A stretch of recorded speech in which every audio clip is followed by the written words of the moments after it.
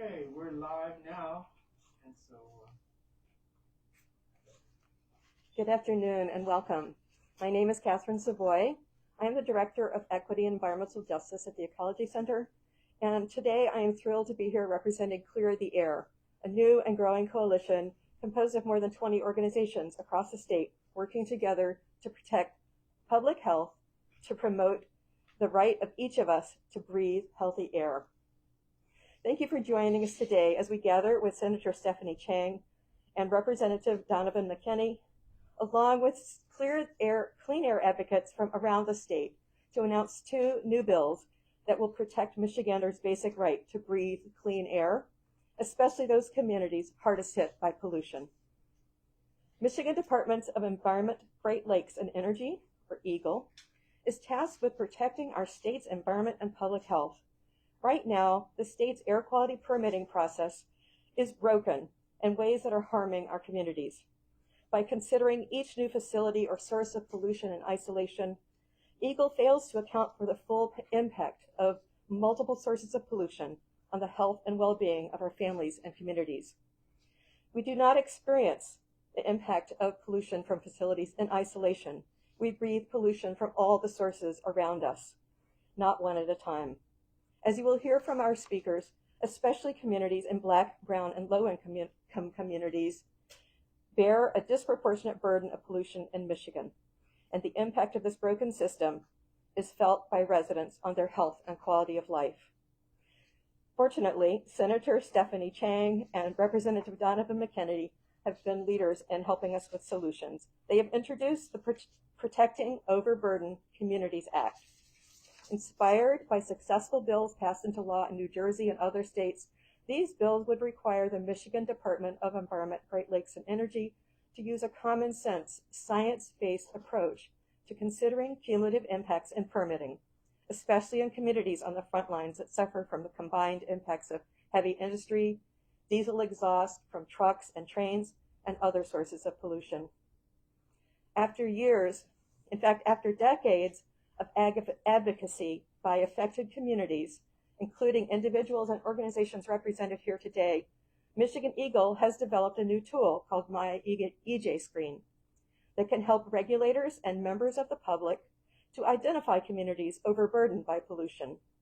This is an excellent tool, but a tool alone will not protect our communities. We need to do more than just identify communities that are burdened with too much pollution. We need policies that put this information into action, protect the right of all Michiganders to breathe air that is healthy and free of hazardous pollution. The Protecting Overburdened Communities Act is an important step towards health and justice for all Michiganders. If you want to know more about the Protecting Overburdened Communities Act, or to learn more about Clear the Air, go to our website, cleartheairmi.org/POCA. That's cleartheairmi.org/POCA. Now I'm going to introduce the speakers in the order that they will be speaking. We will first hear from Senator Stephanie Chang and Representative Donavan McKinney, who have been champions of this act. We will then hear from Chris Gilmerhill, Michigan Environmental Justice Coalition. And then we will have a statement. We'll hear from Deirdre Courtney of the West Michigan Environmental Action Council, who will also share a statement by Calvin Carter, Director of North Advocacy from Sault Ste. Marie, who was unable to be with us today. We'll hear from Raquel Garcia, Southwest Detroit Environmental Vision, Nancy Morales, a climate justice organizer with Urban Core Collective, and the Coalition for a Safe and Healthy Roosevelt Park Neighborhood in Grand Rapids. And finally, and last but not least, we will hear from Teresa Landrum, Original United Citizens of Southwest Detroit. Again, if you want to know more about the Protecting Overburdened Communities Act, including a way to send a message to your elected official, you can go to cleartheairmi.org/POCA. Thank you very much.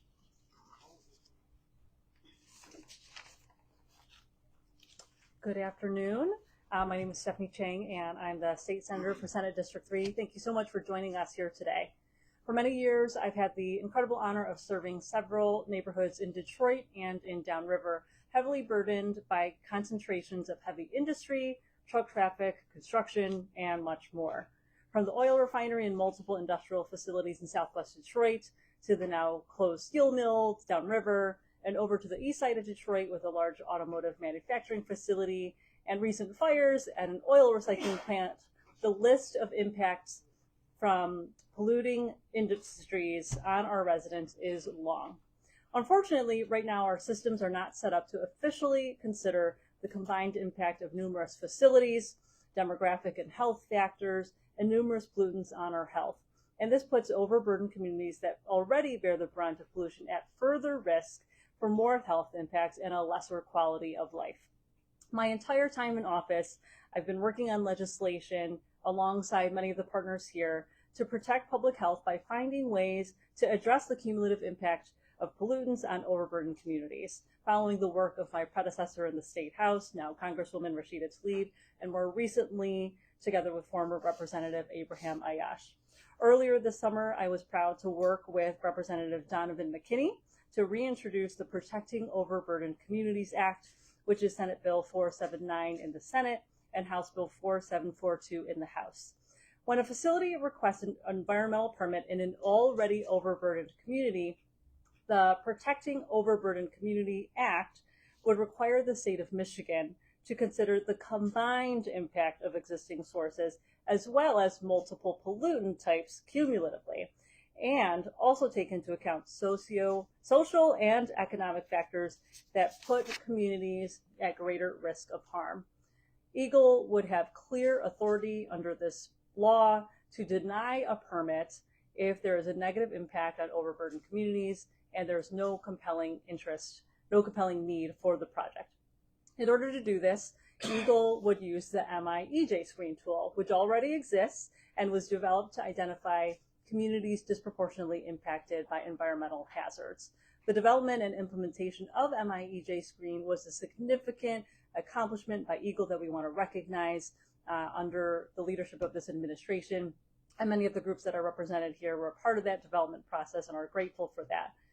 If passed, POCA would increase community engagement in the permitting process, not only through public comment and through hearings, but also by ensuring that information about new permit requests are communicated to communities in effective ways, translated into languages spoken in the community other than English. Increasing community engagement, access, removing language barriers are key to ensuring that the decisions that we make as a state truly reflect the needs of all of our residents. Similar legislation to POCA has already been passed in New Jersey, Massachusetts, New York, and Minnesota. Michigan's overburdened communities deserve the same kind of policy to promote public health and a cleaner environment.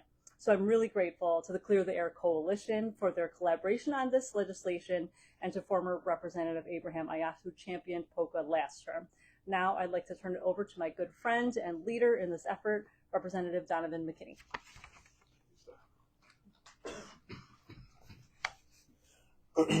Thank you, everybody. Thank you, Senator Chang, and all of our partners and stakeholders in this fight. Thank you to the media here today for covering this. Again, my name is Donavan McKinney. I represent state representative out of the 11th House District. That includes parts of Northeast Detroit, as well as the south side of Warren and Macomb County. For those who don't know, I grew up with my mom, my brother, and also my grandmother. We stayed literally blocks away from the old Chrysler engine plant on 8 Mile and Mile. And literally my brother and I developed asthma at a very young age. We were diagnosed at 7 years old. And I'm literally, I bought a house not too far away from that same site, down the street from the old Two and Die plant, down the street near 7 Mile and Van Dyke. And right now I'm raising my boys. My wife and I, we have 2 baby boys at home right now, 3 and 1. We have our baby girl literally on the way. She's due next month. And my 3-year-old, sad to say, has already been diagnosed with pre-asthma. And my 1-year-old is on the same track. This legislation is near and dear to my heart. For those who don't understand how necessary it is to ensure that every single Michigander, no matter where you live, who you are, your race, what you represent, at the end of the day, you deserve to be able to breathe clean air in our state and really our country.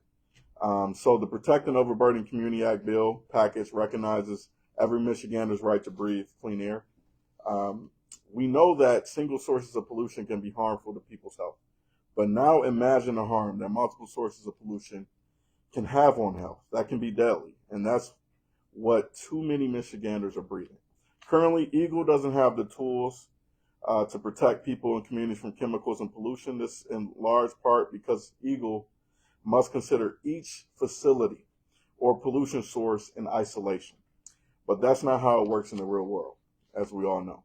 We do not breathe one source of pollution at a time, and we experience the health harms of all the combined pollution we breathe in. The Protecting Overburdened Community Act, also known as POCA, makes sure regulators look at the total pollution a community faces from both old and new sources and consider factors like poverty levels and health risks that may put communities at risk before approving new air permits. This is called a cumulative impact assessment. After years of advocacy from effective communities and leadership from the MEJC, EGLE has developed an excellent tool that was talked about called MyEJ Screen. But it also helps regulators identify overburdened communities that will benefit from the POCA bill. But a tool alone, like it was talked about, will not protect our communities. We need to do more than just identify communities with too much pollution. We need action. And this is what this bill package does. Literally, this failure is most acute in communities with multiple sources of pollution, such as diesel emission combined with one or more polluting factories. Exposure to combined pollution sources means combined health risks and impacts. Yet under current permitting practices, regulators are only required to access one pollution source at a time, as if our lungs can separate which toxic chemicals they inhale. The current rules for air quality measurement were advocated for by industries to protect profit. I want to emphasize that industries can still operate under a cumulative impact assessment, but without those assessments, there is almost no way to protect human health. These assessments are science-backed tools that reflect the real-life conditions that people face every day. And literally, I talked to a lot of my community members in my neck of the woods, and when COVID hit, and people, it's not too long ago, it was literally, less than about 5 years ago, when COVID first hit our communities, it devastated overburdened communities, especially communities that have to deal with pollution every single day, because it exacerbated the health effects that people were already going through. For instance, I had literally a neighbor of mine who grew up in that same house for years, who had pulmonary issues, developed lung cancer, ended up dying from COVID. And the story goes on and on and on. Similarities across districts, across neighborhoods, across Southeast Michigan, across our state. We have to put an end to it. And one thing I like to say before I pass the mic is literally last year, we had a company called Ameritai in our district, right off of Mount Elliott, down the street from the old Two and Dime plant near Eastside Drive. And they were going to EGLE for a permit to pretty much increase the amount of pollution they're already polluting. And myself, a couple other community members, we were fighting back. I wrote a letter, talked to EGLE. Other folks were talking. They were literally went to the public hearing, and EGLE, to no avail, literally approved the permitting process again. And this is similar to what's going on with the MPSC. They're creatures and habits of what I'm told of the legislature. They're only allowed to do what the legislature tells them to do and what's in state statute. And we have to put this POCA bill into law so we can give EGLE the tools necessary to deny the permits and require these companies and corporations to prove to us with environmental justice tools that they are protecting our air. Because enough is enough. We're all fed up, and everybody is literally getting sick. And I'm tired of seeing it day in and day out. And that's why I'm here today. And I'm so glad a lot of these champions behind us fighting the good fight. And with that being said, I'm going to pass the mic to Chris Gilmer-Hill for the Michigan Environmental Justice Coalition. Again, thank you all for being here.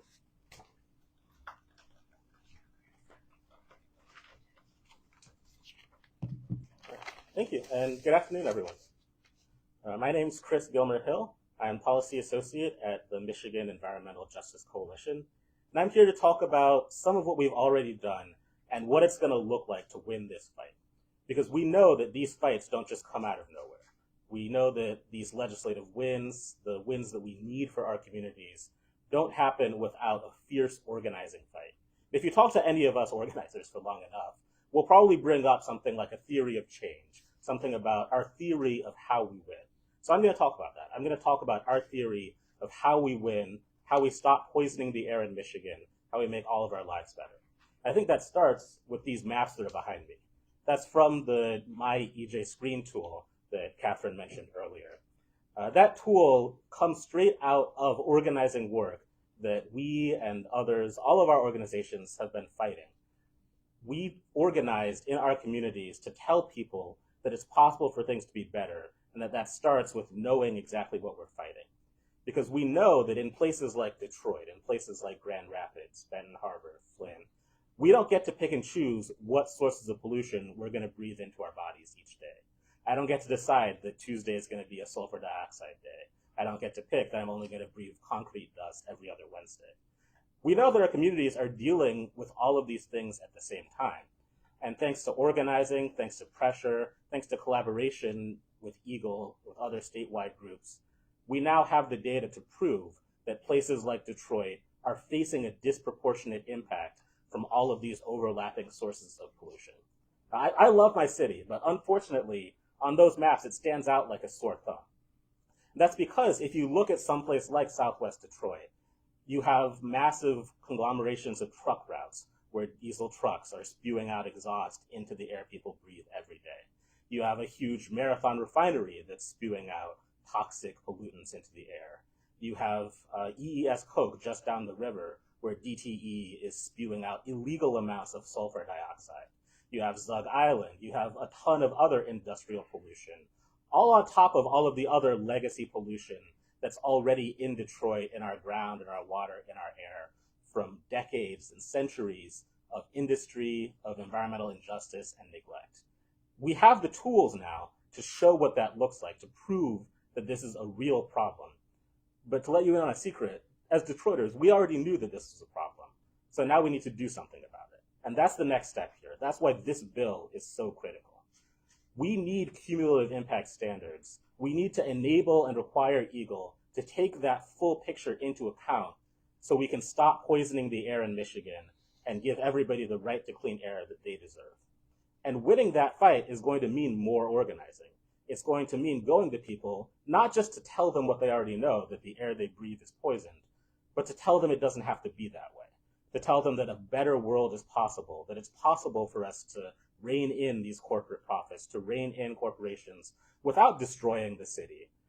It's possible to end the overlapping pollution. It's possible to stop the endless permitting, the endless increases of pollutants in our air, to ensure that cumulative impacts are taken into account and that every Michigander has the clean air that they deserve.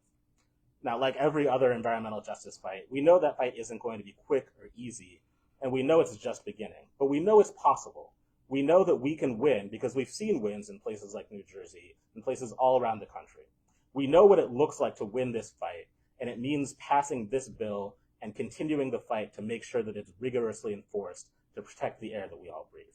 I'm in this fight. I know we all are. And if you want to join us in this fight and get that win, you can come to cleartheairmi.org/POCA and join us to win the world that we all deserve. Thank you.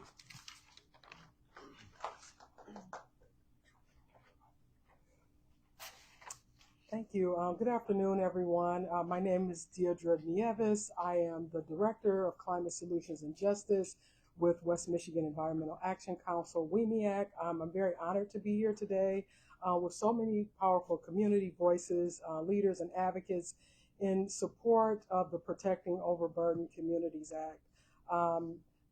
And mainly because where we live, it should never be determined how long we live or how healthy we are allowed to live.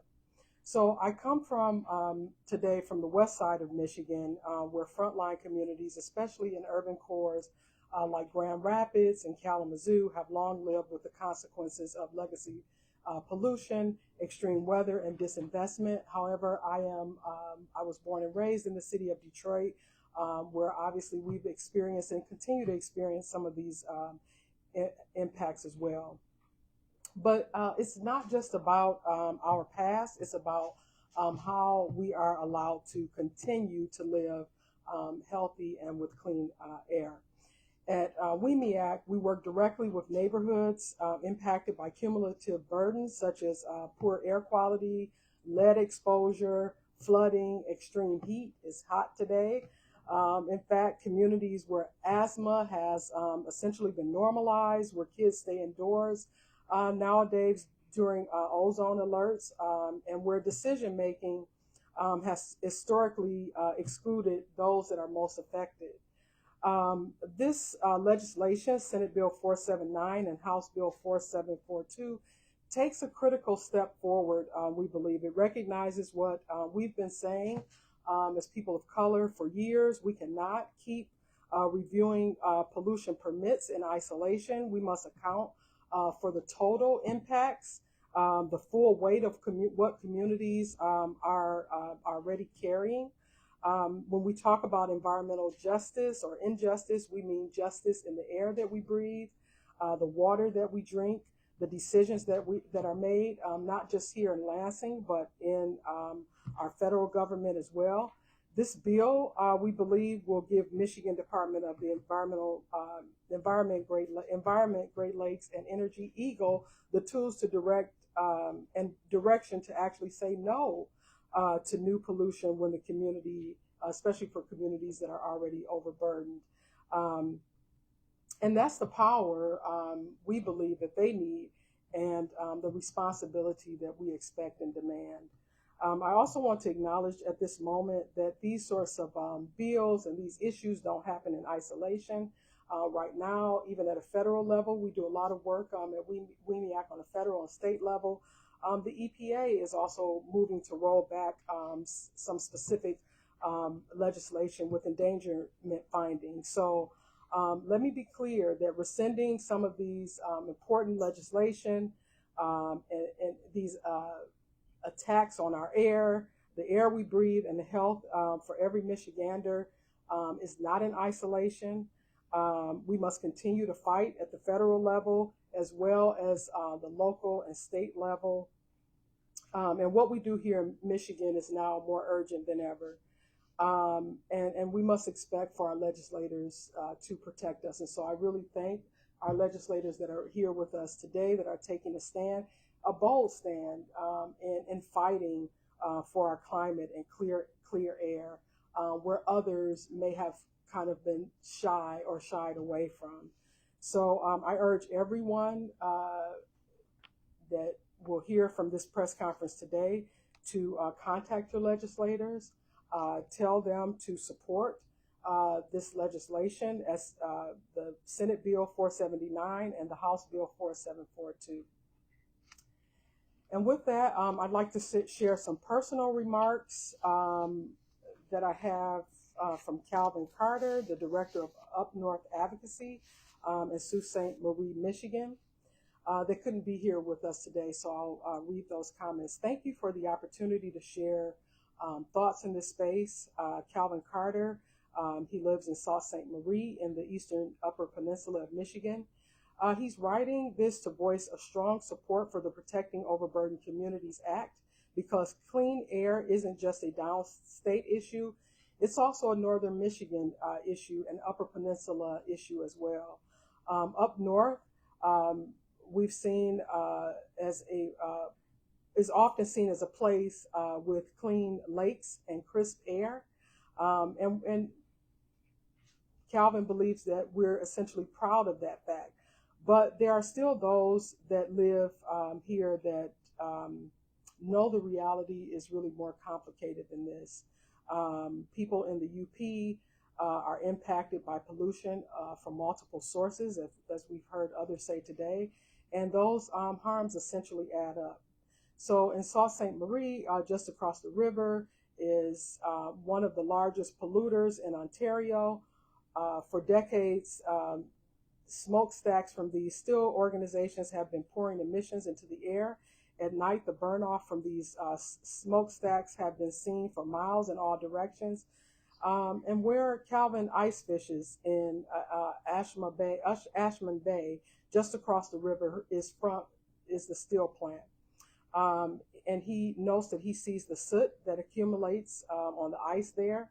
Neighbors have black residue coating the north sides of their homes that is very difficult to clean off. They're also facing growing harm from the Canadian fires, like we are as well, just downstream from Canada. These years have been becoming even worse at night. He notes that his daughter is currently dealing with asthma complications because of the smoke in the air right now. The fires don't stop at the border, and neither do health impacts. So on top of that, they live in the area right off of I-75, a major freight corridor with constant heavy truck traffic through Sault Ste. Marie and other northern rural towns. The Sioux Locks bring every Great Lakes freighter through their community. These ships run on dirty fuel, and they don't move quietly or cleanly. Individually, each of these might be seen as manageable, but collectively, the steel mill, wildfire smoke, diesel truck traffic, freighters, wood smoke, and other sort of old heating systems are that have lingering contamination from industrial sites create real lasting health risk. So the problem is that our oversight system seems to be broken. EGLE reviews each new pollution source in isolation as if we breathe one thing at a time. But that's not how our lungs work, as Calvin has stated. That's not how health works. And that's not how justice should work either. So EGLE may not be able to regulate what happens in Canada, but it takes into account the air our children and elders are actually breathing right here in Michigan. These bills will give us fair consideration we deserve. So we urge our lawmakers again to pass Senate Bill 479 and House Bill 4742. And Calvin also encourages everyone to please visit the website cleantheair.mi.org/POCA. Thank you.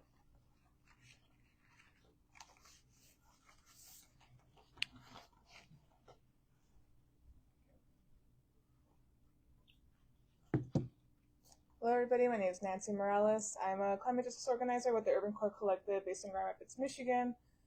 As part of that job, I'm also a member of the Safe and Healthy Roosevelt Park Neighborhood Coalition.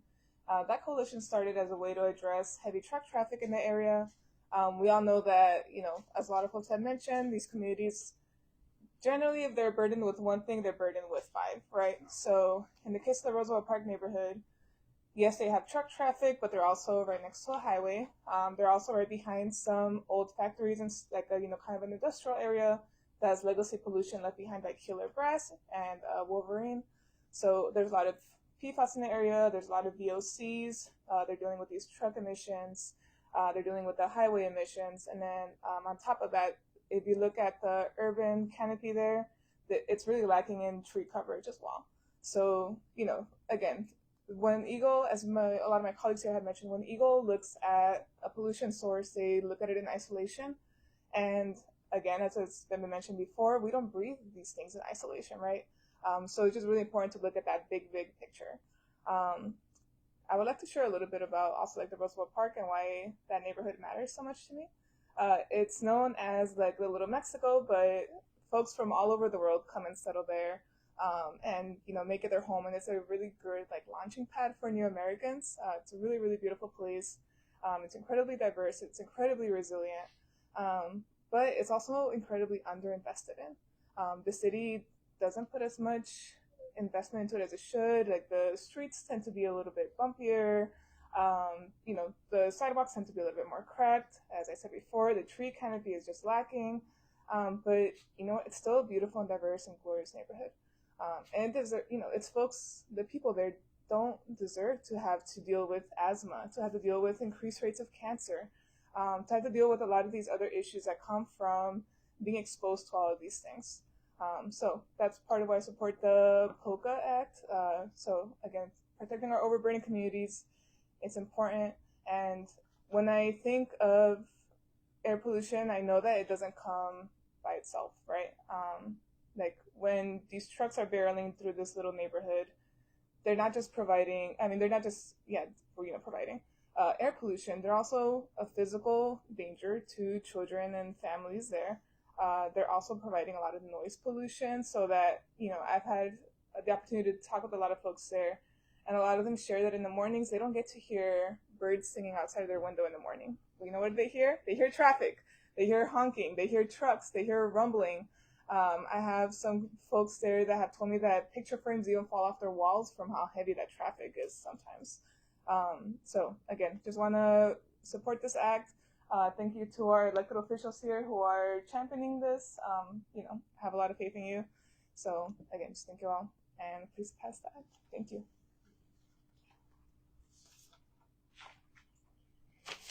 Good afternoon. My name is Raquel Garcia. I am the director for Southwest Detroit Environmental Vision in Southwest Detroit. We also go by SDEV.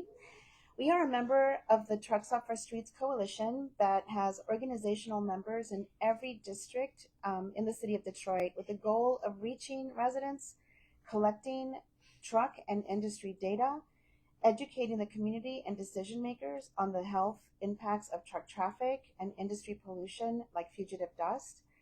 The Trucks Off Our Streets Coalition monitors industrial permit applications for this very reason. We are always watching, looking, reading, because you never know what's going to pop up.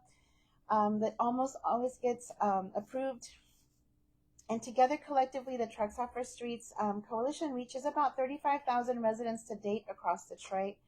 We are learning from each other, meeting monthly, and communicating on what industry is doing to our health, as Chris mentioned. It's just centered around organizing, because we have to communicate across the city. As community members, we face trucks on residential streets, diesel emissions, and industrial noise at all hours, as Nancy said. Reducing these health impacts is critical. We see over 10,000 trucks daily over the Ambassador Bridge, and another estimated 10,000 at the new bridge that is slated to open this fall. There are also 50 large industrial businesses between Detroit and Wyandotte that release chemical pollution and exhaust from an abundance of trucks that move their products. Our asthma rates are 46% higher than any other city in Michigan. We lose about 60,000 days of work or school because of this pollution. And this could be that a child can't go to school for 3 or 4 days, which means a parent can't work for 3 or 4 days or more. And that also means that the parent could be sick. So pollution and asthma and all of the things that come along with it, for example, headaches. Sometimes you just taste the diesel, you smell the diesel, you taste the diesel, it stays in your house. It's headaches. It's, some people think like, why do I have memory loss? It's because you've got diesel emissions poisoning and you don't connect it to the trucks. So it's expensive. It breaks the ability up, for a family to build wealth or to get ahead. And guess what? The rules that we have today allow them to do what they do. They're not doing anything illegal, and that's the problem. Because of weak zoning, land, I'm going to give you an example, could be purchased today in Detroit in a residential neighborhood, and that could become an industry or a truck parking lot or truck repair or any of these types of businesses that are now literally next to a house. And this is by right. By right means that community members are not alerted. There's no comment period. There's no discussion about what moves into your neighborhood. The rules that we have today allow too much industry in one place. What happens when you stack something too high? I was thinking about Jenga today in the morning. What happens when you stack something too high? It's too much. It's unstable. It's not sustainable. It's too concentrated. Our communities need these protections. Our bodies need these protections. And just listening to Representative McKinney and people here today. And just want to mention, this is not just Southwest Detroit. It's not just Detroit. We've got Waterford here. It's happening in Waterford. It's happening in Wyandotte. We have a friend who's been talking about Flat Rock and the silica that's coming out of some industry there. He's been talking about it for more than 10 years, and I learned this week that he now has a spot in his lung. Wow. Imagine ringing a bell that nobody hears. Imagine talking about this and nobody's listening, and now you've got a spot on your lung. He's just one of many, many stories. So we are really excited about this. It's very long overdue and needed. We love the big group that we're in, Clear the Air, and our champions. Many, many residents are depending on this. We're so happy to learn more and to be a part of this team. I'm urging you to learn more about the bills Protecting Overburdened Communities Act, SB 479 and House Bill 4742 by going to cleartheair.org/POCA. We want to learn more about you. We know there are more stories out there. We want to know what you're facing. We're asking you to sign up and come to the events because it takes all of us, and really excited about the press turnout today too. So thank you very much, and I'm going to pass it to Teresa.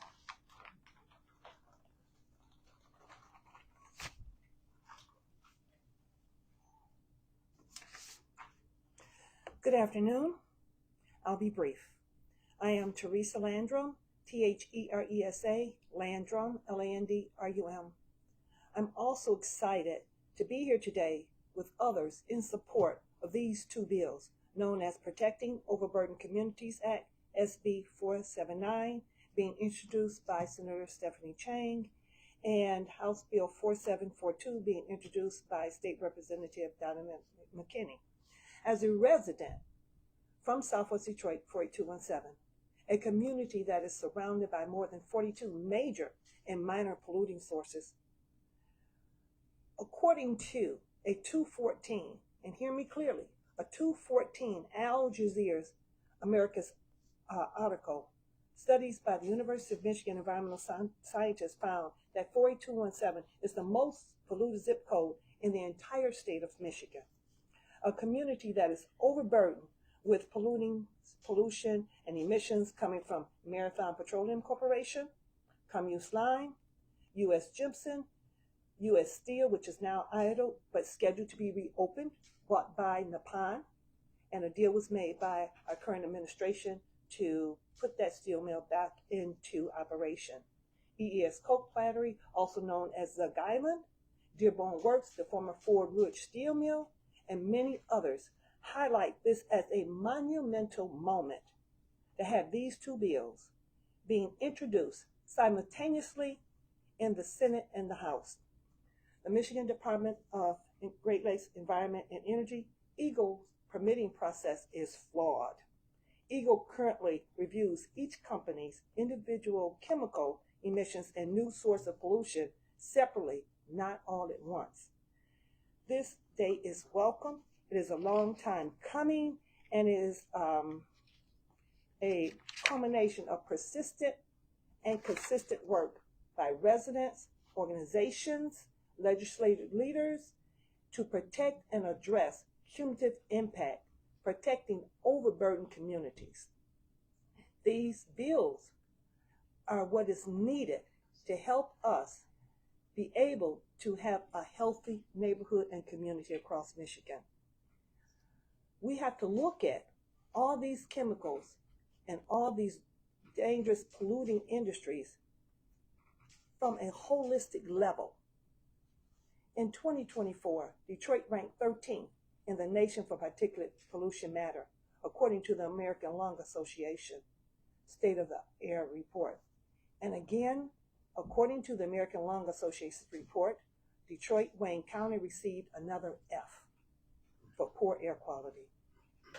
And it's getting worse, not just in the communities that are near the facilities, but across Michigan.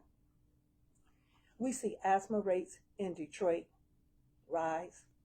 We see COPD, cancer, and many other diseases that can be directly connected to poor air quality and air pollution that plague our neighborhoods. So put it another way, from the words of attorney Nick Leonard of the Great Lakes Environmental Law Clinic, if you have a child that is 14 years old in Detroit or Wayne County, your child has never breathed clean air. So the time is here, the time is now to protect Michigan residents. Let's get these bills passed. So I leave you with this. These bills will help support the governor, which introduced the My Healthy Climate Plan. But my question to you is, how can we have a My Healthy Climate Plan and healthy communities if we don't have healthy people? So wrapping it up, I want to say thank you to you all, and I want to say thank you to all of the people here to support. You see there is an array, because we come from the north, the south, the east, and the west. So once again, thank you for allowing us to share and support these two bills. Thank you.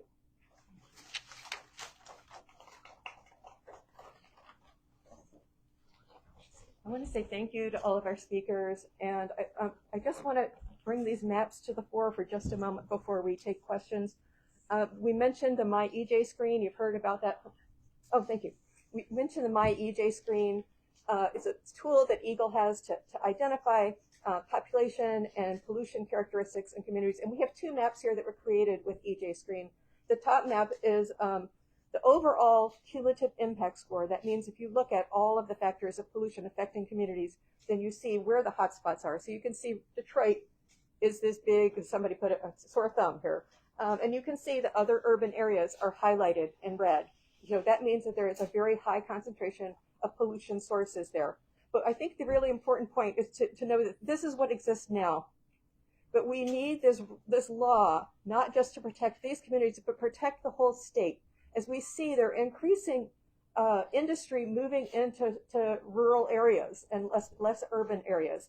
And so this map shows a couple of examples. This is another map created with My EJ screen that is the population characteristics. So it's looking at where is poverty, where is low income, and so what you see is that there's places here that are not urban areas in West Michigan where we have new industry coming in. We have data centers, we have plastic recycling facilities, and we have power plants increasingly moving into rural areas. And so this law is going to protect all of our communities and not just urban areas, even though those are the places that are hardest hit right now. I just wanted to say that. So I think that concludes our press conference, and we would like to take questions. Yes? Would this law, if it's enacted, effectively make large parts of the state off limits to future development? No, not at all. I think what this bill does is gives EGLE the tools necessary to hold polluters accountable. Now, what's going on is they greenlight a lot of permits only because, like I said before in my earlier remarks, they're creatures of the legislature. They don't have any state statute on the books that allows them to say, hey, deny a permit based off of the cumulative impacts of toxins and what's going on in the air. And so at the end of the day, this is about looking at not just isolation, looking at the air in totality, because air ebbs and flows. So yeah, it does not deter and make sure that the whole entire state of off limits does not do that. Well, not Yeah, entirely, yeah. But I mean, looking at the map, I mean, clearly there's a part that it would be difficult to get the permit based on the exposure that community is already facing. Is this a matter of there's no way they could do it, or it's a matter of they just need to do a better job of containing and preventing emissions from getting out of the facility? Is the latter. Like they have to do a better job. At the end of the day, we're seeing asthma rates skyrocket. I was looking at data reports that talked about some zip codes, not only in Detroit, but across the southeast Michigan region, where if your child, by the time your child at the age of 5, they have a 60, 70, 80% chance of developing asthma. That is very alarming. And then you got also the pulmonary issues and then lung cancer, things of that nature that's all associated with it because we're continuously breathing this air. It's not just us that's breathing it, it's you all too in terms of press and individuals. Anybody here that lives in our state can tell you things have changed over time. I hear stories all the time from my community members. I get calls, not just from my district, but other parts of the state, who straight up tell me, and doctors too, they've called me. They're like, asthma rates, things that has to deal with lung and respiratory issues have increased, been on the rise in Michigan for years now. What are we going to do to prevent that and try to figure out ways to curtail it? And this legislation does that. Yeah, go ahead. Please come on. I think these bills will give the companies incentive to use alternative ways to produce, cleaner ways to do it, clean energy, hydrogen, biofuels, things of that nature. So this is an incentive because we're moving towards clean energy, right? And right now we're behind the 8 ball because we're in the middle of a climate crisis, because over 85% of the emissions that is fueling this climate crisis are carbon emissions that come from industry and mobile sources. And you were Ms. Landry, correct? Yes. Can I also add that frontline, unfortunately, the term frontline communities means that you're going to be the hardest and you're going to be the most impacted. However, the one good thing that I will say about Michigan and also the city of Detroit, we're often, yes, frontline communities, but that also can be a positive note as well, because what we become is, while we're on the front lines battling these issues, we're also the models for success on a federal level as well. So what this actually does in support of answering your question is model we can do here in the state, and then it can take off across the nation. So, so I look at it as a positive for us advancing clean energy and moving forward. Thank you. Other questions? I know some of our speakers mentioned the rollbacks to clean air standards at the federal level. Obviously, the mercury, kind of giving some companies opportunities to apply for exemptions to the Clean Air Act. How much of how much of a backstop would this provide at the state level? If this does move forward through the legislature. Well, one thing I will say is that yes, in fact, I believe today the EPA is proposing some additional rollbacks at the federal level as it relates to some of the issues that you're referring to, which are the carbon and methane acts. And, we've passed some historic legislation just before this current administration where we had our first ever carbon climate change legislation. And so, yes, any efforts to sort of roll back this legislation will have a major impact at the state level. And this is why this particular bill, looking out for overburdened communities, will sort of push back against that. It allows the federal level, even our other state legislators, to see that this legislation is critical. So yeah, it just becomes an example for us to do better at the federal level, and know that we have others that are supporting us at the state and local area. Rep. McKinney. Well, Chris, real quick, I just want to touch on that. Go ahead. Yeah. No, not much. I was just going to add that, yeah, absolutely, at the federal level, this is real harm being done. There's nothing we can do at the state level that will completely eliminate that real harm. But we do have a lot of power at the state level to at least say no to pollution here. So even though at the federal level, mercury, carbon, whatever other pollutants, even though that backstop is gone, this bill would let us say that we're still going to protect our communities from those overlapping sources. And certainly anything that now gets allowed at the federal level would and must be taken into account at the state level. This is the only way to do that. Andy Miniger with MERS. At the beginning, Senator Chang mentioned some carve-outs for essential businesses. Could you go into that a little bit about what is considered essential business that would be exempt from this bill? Yeah, so we've been working with EGLE and a few other partners around the definition of it. So it just allows essentially what EGLE defines it. And so we're still trying to figure out, we're still in negotiation, so to speak, around that. But it's not, I think the gentleman earlier talked about carving out, most of the state potentially because of this bill. It does not do that. It just allows whatever EGLE deems necessary to allow that pollution to continue. However, it provides some parameters around it, stating that they can't just pollute just for the sake of pollution and greenlining a permit. They have to come together using these tools and assessments and providing it a timely manner to not only the legislature, but to EGLE as a department to ensure that they're doing their right things, they're holding their end of the bargain. Because a lot of times what happens is they get a permit and then they pollute a lot more than what the permit allows them to do. And so it's a slap on the wrist in terms of fines and fees associated with that. And this bill essentially puts a lot of teeth and a lot of weight behind those fines and fees. So would there be grandfather clause for industry that already exists with EGLE permit? Yes, there will be some sort of around it, yes. So then the areas that are currently under this would continue to be under this? Not necessarily. It's a little weird. It's a little. You want to touch on it, Teresa? Yeah. Well, we have to talk about health impact assessments, right?